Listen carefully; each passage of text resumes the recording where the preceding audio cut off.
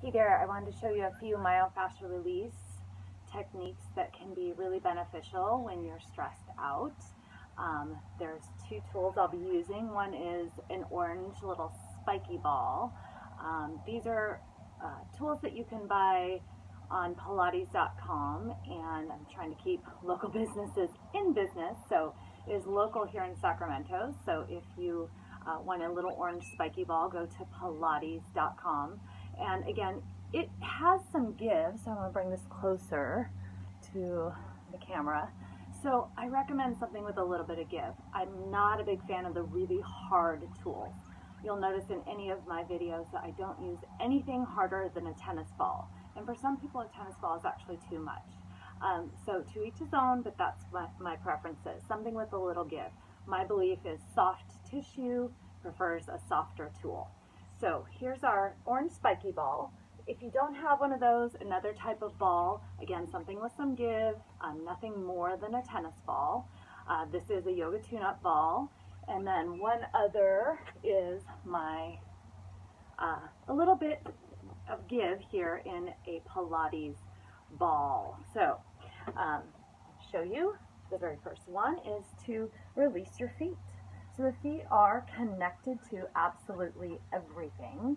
And so you'll notice, again, I'm pressing down on this ball and there is some give. So I'm spreading my toes really wide and I'm leaning in and I'm leaning out. Let me move it back just a little bit. And leaning in and leaning out. My toes are spread really wide. I'm going across the toes until I come all the way to the baby toe. If you need something to hold on to, just hold on to a wall or something, or a chair. This does require a little bit of balance as you're leaning in and out. And I start to move towards the ball of my foot, and this is a slow process. I'm going to go a little bit quicker probably than I normally would because I want to make sure I have an opportunity to show you everything. But you could honestly spend, gosh, even up to 10 minutes on one foot. But we'll do maybe like 3-ish minutes on one foot and then switch to the other. So I'm going to go ahead and go to the arch of my foot. Now you want to get the inner arch. You can see it's on the side of my foot, the middle of the arch, and then make sure you're getting the outer part of the arch. If you have any issues going on with your ankle, be very, very careful with this knee as well. You notice my knee is kind of turning in and out, so just be really careful. But speaking of that, it can actually be really helpful for your knees to roll your feet. Everything is connected. That's something you'll really start to notice. If you come to one of my workshops, we do a little test. We do a little pre-test with squatting and reaching the arms around and doing like a forward fold, and then we retest and notice like what has changed just by rolling the feet. So I go all the way to the heel. So you want to make sure you do get the fat pad all the way back on the heel. So this is an important part. If you have any plantar fasciitis, this area might be a little tender, so be careful. And speaking of plantar fasciitis, if you have it, please, please, please don't use anything harder than this tool. This is excellent. Your body will get a lot of rejuvenation from using something that pumps blood in there. Circulation improves, which helps you heal. So then I'm going to go ahead and roll front to back. I was like ironing it all out. So front to back, front to back. And then one of the other things you may want to try, so let's say you're about to go for a run or do a workout. So once I do that, I might start to almost like I'm doing a little run on and off of there. And that can be a lot, so just be really careful. So I'm going to move on to the other foot. There's probably about 3 or 4 techniques that I could show you, and I will in another video. I just want to make sure we get you a few things to work with today. So I'm onto the left foot and spreading my toes super, super wide. And don't zoom in too much. All the nail places are closed right now, so I couldn't get a pedicure before I did this video for you. I hope that in a year or so from now, I don't remember why the places were closed. I hope it all goes out of my head as to why all the nail places are closed. So I'm moving all the way to the pinky toe, and then I start to move towards the ball of the foot. And I'm just leaning in and out, leaning in and out. It's like a pumping action. Leaning in and out, in and out. And then I come to the arch of the foot, and again, make sure you're getting the inner arch of the foot. And not just the center, but the inner arch. Be careful with your knee, be careful with your ankle, and then we do the middle of the arch, and then the outer part of the arch. I didn't show this on the other one, but you could do some cross fiber work. So back and forth, across the tissue. So you could go back and do that other foot if you wanted on the arch of the foot going back and forth. And do make sure you get the very back of the heel, so the fat pad on the back of the heel. So I'm getting that right here. Sometimes the ball wants to run away, so you might want to hold it with the other foot. Okay. And then I'm going to iron it all out. So I roll front to back, front to back, front to back, front to back. All right, and then you can kind of just test it out, see how your feet feel. So my feet feel amazing, so I'm going to go ahead and move on.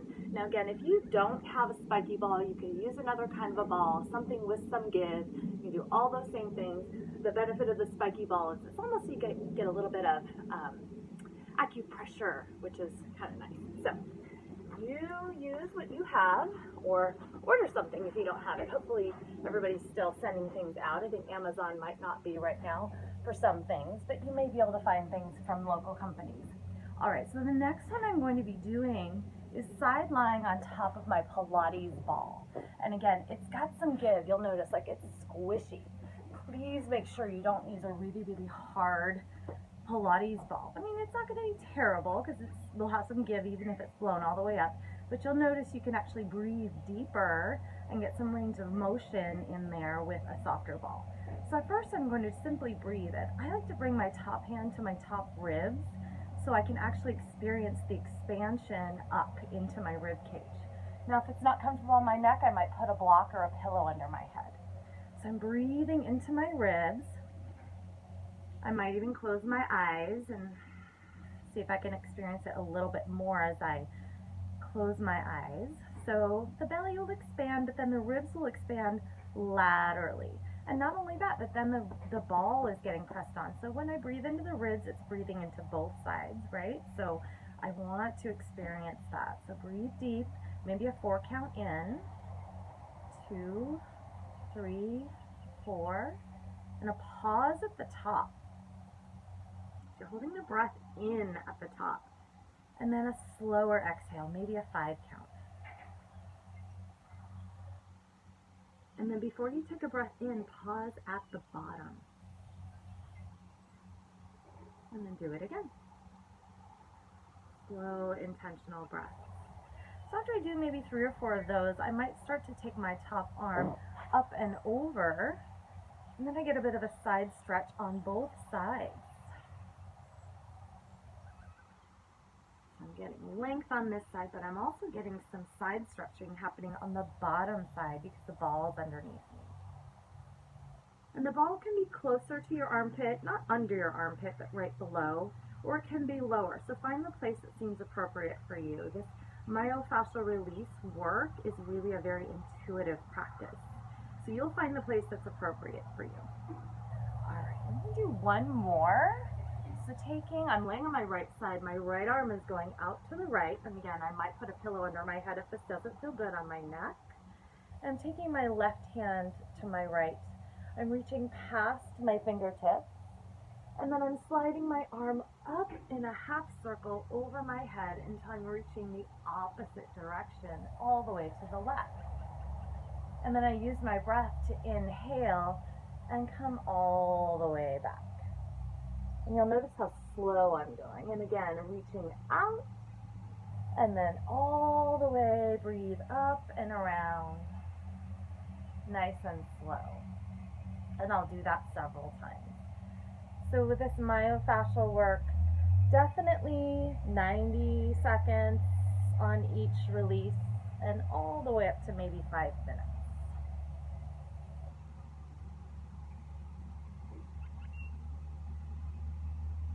So if you are recovering from anything respiratory, this is amazing.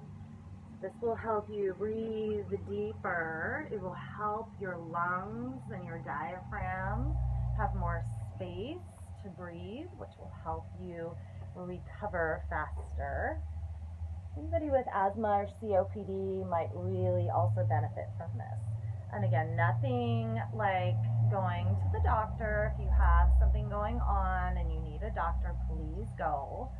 But this certainly is not going to replace any medicine, but it will absolutely benefit any healing process. If nothing else, it's going to put you in a place in your nervous system where you're able to recover. So your parasympathetic nervous system is your recovery system, and breathing and moving slowly into these myofascial techniques will absolutely bring you into that healthy, recovering state of nervous system. I'm just staying here and breathing now. And after my next exhale, I'll bring it back and roll all the way onto the side, and then I'll switch sides. So first, I'm simply going to lay on my side and breathe into my rib cage. So breathe deep.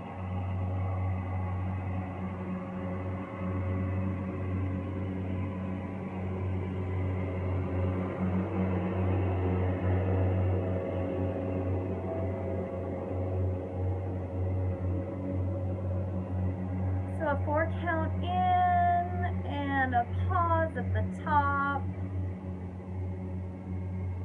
And a longer exhale, maybe 5 or 6 counts out. If this at all bothers your back, you may want to place a block or a pillow between your knees for some support. And again, as I mentioned, maybe a block or a pillow under your head if your neck is not comfortable. So after I do maybe 3 or 4 or 5 of those, perfect timing, the gardeners are here. I hope you can still hear me. So after we do that, top arm reaches up and over, a side stretch for both sides.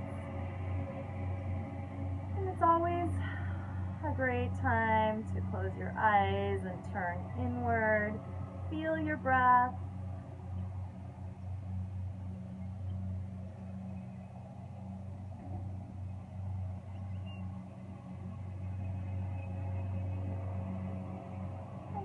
To the last one I showed you.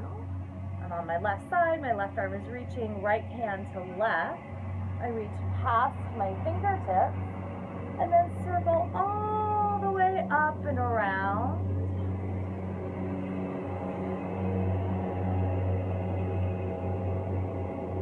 And then slowly with my breath, I come back. Reach past the fingertips. Slide up and around. And again, back up and around until I am palm to palm. Past my fingertips, up and around. And again, 3 or 4, maybe 5 times, and then I'll stay and breathe.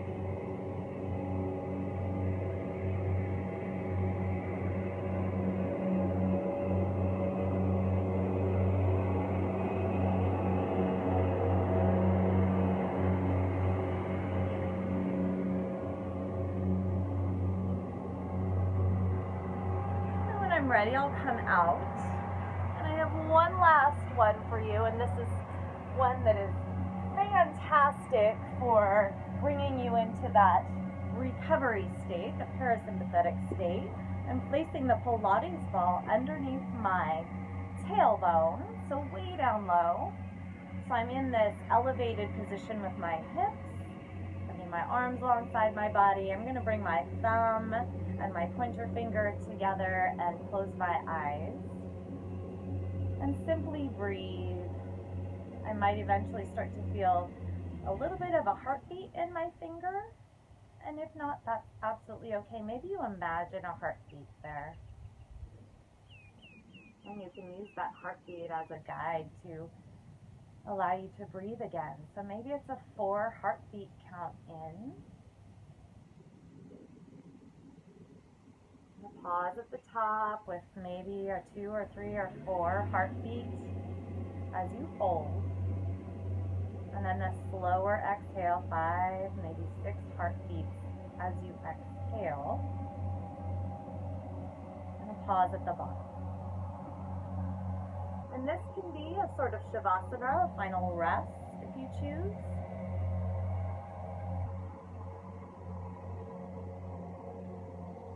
That's what I have for you today. I hope everybody is doing well. Have a wonderful day.